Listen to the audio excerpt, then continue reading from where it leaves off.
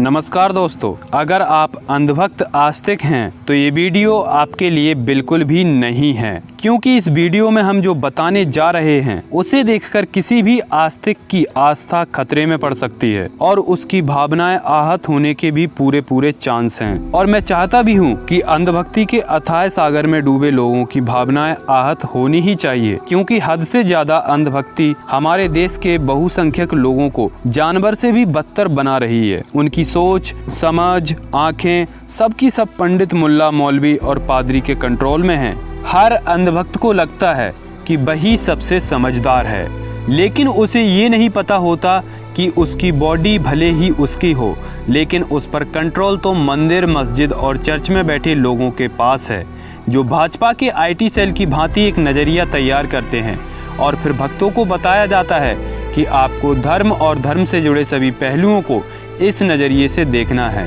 तभी आप धर्म और भगवान को अच्छे से समझ पाओगे। और यही वो कारण है कि लोग धार्मिक ग्रंथों में भरे कचरे को समझ तो जाते हैं, लेकिन उन्हें स्वर्ग में अप्सराओं का लालच और जन्नत में हूरों की चाहत उस कचरे पर सवाल जवाब करने से डराती है कि कहीं मैंने इस पर सवाल खड़ा किया तो हमारा स्वर्ग और जन्नत के व्यभिचार का अड्डा किसी और के हक में ना चला जाए। अगर ऐसा नहीं होता तो आज तक इन धार्मिक ग्रंथों में इतनी गंदगी ना भरी होती।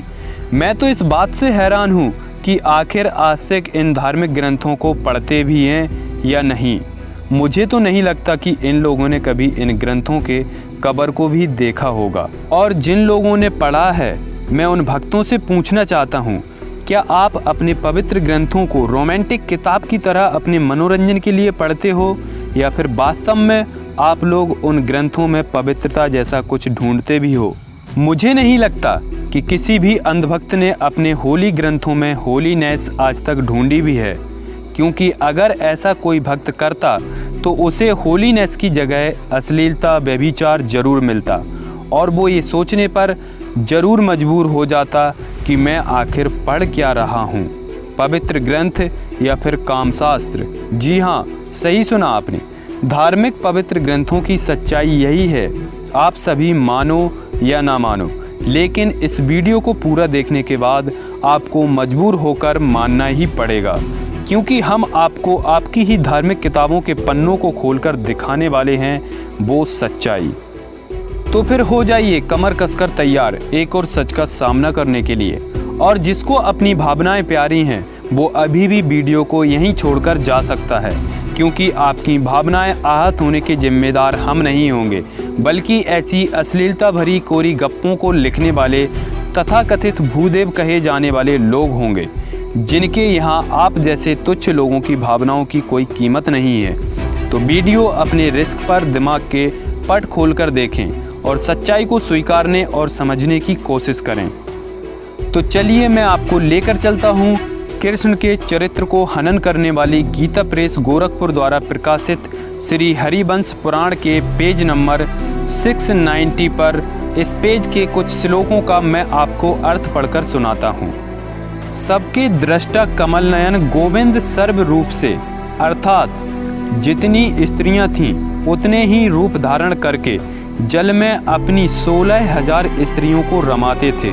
रमण का अर्थ किसी को भी समझाने की ज़रूरत नहीं है, सभी अच्छे से जानते ही होंगे, और जिन्हें नहीं पता वो स्क्रीन पर देख सकते हैं। आगे लिखा है, उस रात में श्री कृष्ण की वे सारी रानियां यही मानती थी कि मैं ही इन्हें अधिक प्रिय हूँ, अतः केशव मेरे ही साथ जल में विहार कर रहे हैं। सभी के अंगों में सूरत के चिन्ह थे, सभी सूरत सुख का अनुभव करके तृप्त हो गई थीं, अतः वे सबकी सब गोविंद के प्रति बहुमान जनित सम्मान का भाव धारण करती थीं।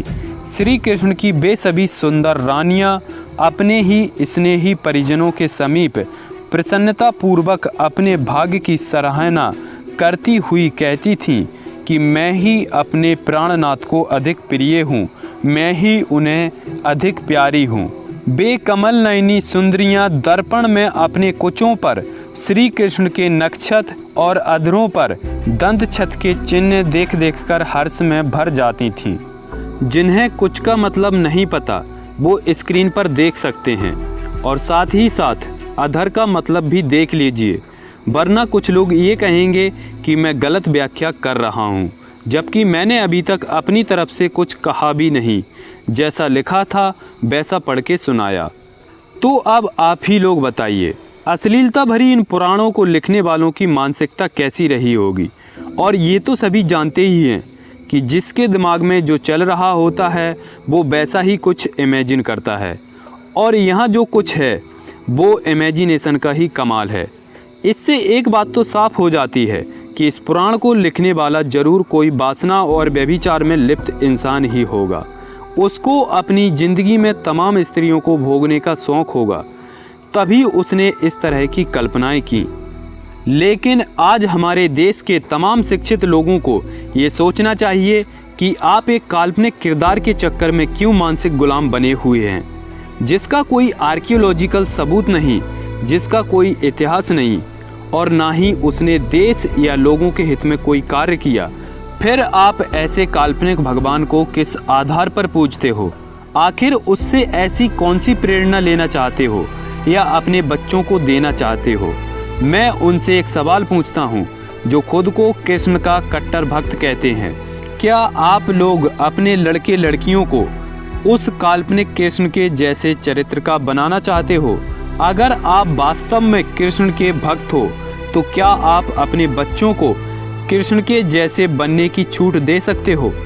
जरा सोचिए ठंडे दिमाग से, और यदि आपका जवाब ना है तो फिर आप किस आधार पर खुद को कृष्ण का भक्त कहते हो और कौन सी शिक्षा आप कृष्ण से लेना चाहते हो? हमारे देश में अंधविश्वास चरम सीमा पर है।